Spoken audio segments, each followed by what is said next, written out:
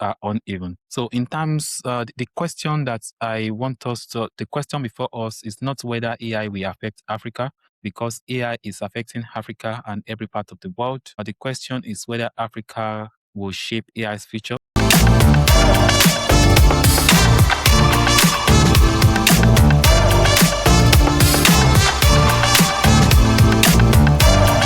Welcome to Future States, the podcast where law, leadership, and society converge.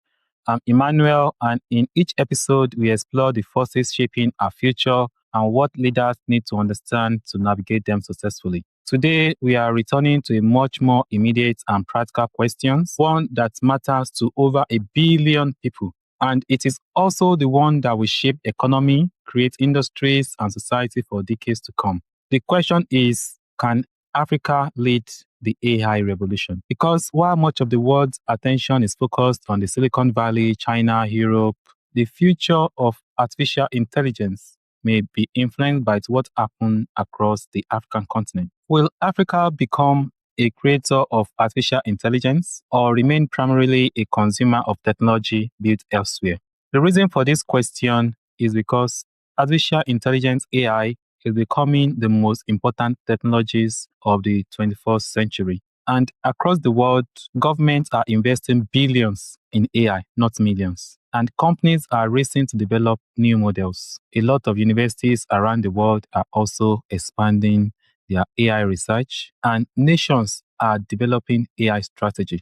But in Africa, this presents a fascinating contrast. The African continent has over 1 billion people. It is the world's youngest population. And in Africa, digital adoption is always rapid. It also has a growing technology, a form of benefits. Despite all this, it also faces a lot of challenges. In Africa, there is a lot of infrastructure gaps. There are skills shortages. Also, the investment is limited, and the access to digital platforms are uneven. So in terms, the question before us is not whether AI will affect Africa, because AI is affecting Africa and every part of the world. But the question is whether Africa will shape AI's future, or it will simply continue to adapt to decisions made elsewhere. So what I'm going to be exploring today is the opportunities, challenges, and leadership decisions that could determine Africa's role in this AI era. Africa matter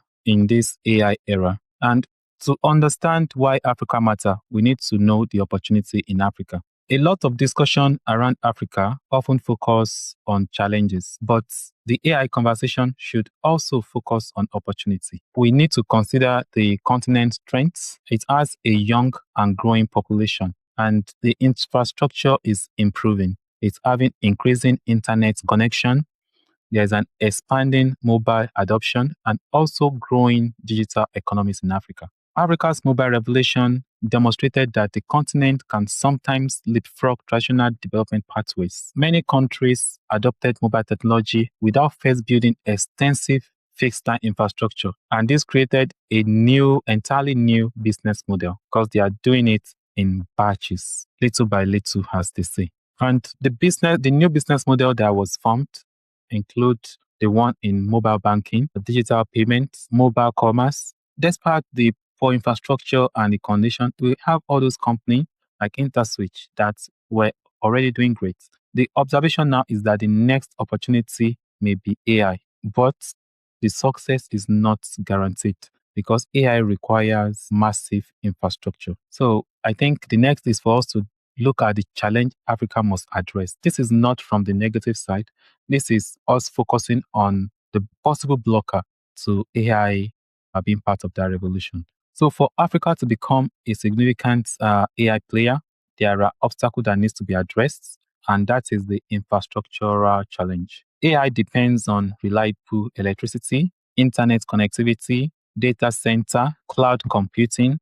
But if we look at Africa at the moment, most countries in Africa does not have reliable electricity. There are still a lot of parts in Africa that doesn't have internet connectivity. One thing I can say is that infrastructure remain uneven across many regions, because some regions actually have the best of the best, while some other regions doesn't have nothing. So for Africa to play a big role in that, something urgently needs to be done to infrastructure. Another challenge that I would like us to look at is skills and education. That's in terms of capability. AI requires talent, and this talent includes engineers, data scientists, researchers, policymaker, lawyers. In terms of that, Africa actually have those skills and education.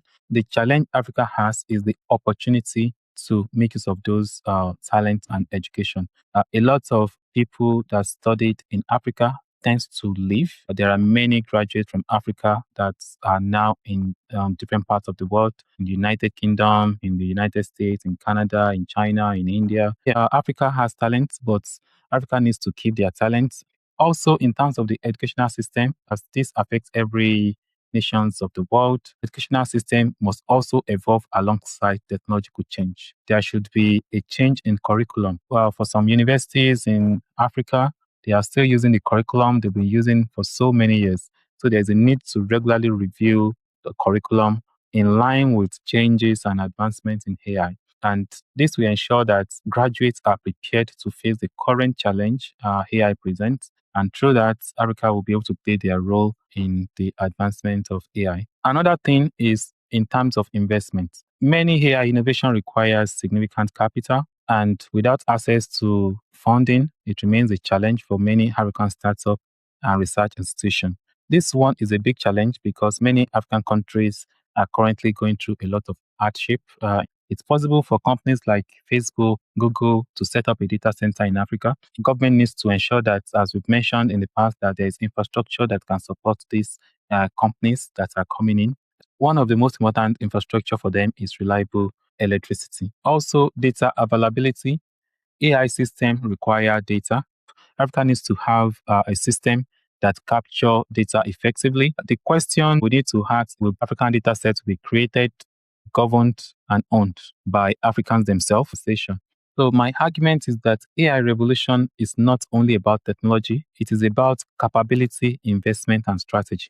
Because even though you might have the best technology in the world, you might want to, but to implement it, you need the right people, you need the right investment, you need the right strategy. If any of these fail, then it won't succeed. And as I've talked about the challenges, now I want to talk about why Africa could succeed. Because for every problem, there's always a solution. And in the case of Africa, I believe that there's a lot of silver lining in this case. Despite the challenges, there are reasons for optimism. One of it is the demography of Africa, the continent's development. Another thing that we need to consider is the innovation culture. Currently, within Africa, entrepreneurs are already solving local problems using technology. In Africa, one thing that is very common is the fintech, agri-tech, healthcare, and education technology. There is a lot of entrepreneurs in that space, and I believe this will only continue to grow. Many AI are designed for global markets, and because of that, Africa has the opportunity to build AI that will be specifically for African challenges. And if they do this, that will be a whole different niche. Areas where this can work, it can help with agriculture. For example, agriculture logistics, because they live in Africa, they understand the terrain and the environment. They can lead solutions in that. Another one is healthcare access. For example, healthcare insurance can still be problematic. Those are things that is possible. Even language technologies.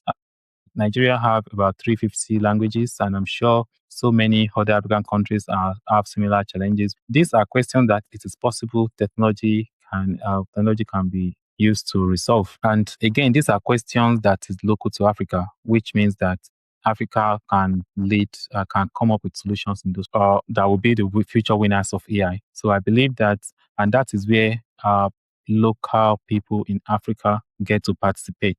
Another challenge that we need to talk about is the leadership challenge. And the reason why we need to discuss this is that technology alone will not determine Africans' future. Leadership will. And we've mentioned this in previous episodes. Governments, universities, businesses, investors all have important roles to play. And as a leader, these are the questions you should ask. What national AI strategies are needed? How do we build local talent? And how do we encourage innovation? Most countries in Africa do not have a national AI strategy, and there is a need to start building that now.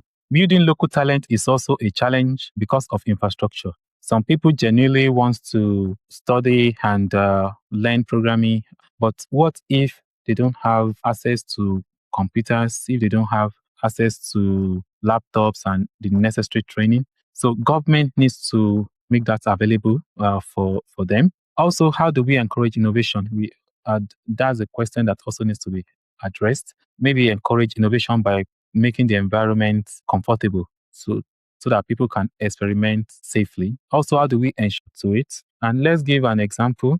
There are countries that invest today in digital infrastructure, education, research, and innovation ecosystem. In the next decade, they will gain significant advantages because they already have that system in place. So even by the time AI wants to start, they already have their data in one place. So AI, it can easily integrate with that system. So for Africa, it needs to start with that digitization of the economy. And again, the future will not be determined by technology alone. It will be determined by the decisions leaders make about technology. And the most important thing is to start making that decision today, because the decision they make today is going to affect the next decades. As a leader, what should you start doing today? The first action a leader should do is to invest in people before technology. African leaders must invest in people before technology. Technology changes quickly, but human capacity creates lasting advantage. We need to create people that will be able to work on AI and develop those skills. Leadership needs to prioritize education, skill development, and continuous learning, because all these things are important to prepare for those changes. Also, African leaders should build local ecosystem. That is because successful innovation requires the universities, government support, investors, entrepreneurs. The truth is that no single organization can create an AI economy alone. It involves different parts of the community coming together to build that sustainable system. The third thing that I would recommend for African leaders is to develop AI governance alongside innovation. There's an opportunity for Africa to learn from the experiences of other regions. And in learning from this experience, questions African leaders should ask include: how should data be governed? How should AI be regulated? And how do we protect citizens while encouraging innovation? These are questions that have been answered by previous innovation in different countries, and Africa can just adopt those questions. The benefit of this is that responsible innovation will create a sustainable growth, which is what Africa needs. Every technological revolution creates winners and losers. Some regions shape the future while others adapt it. Africa is at an important moment in history.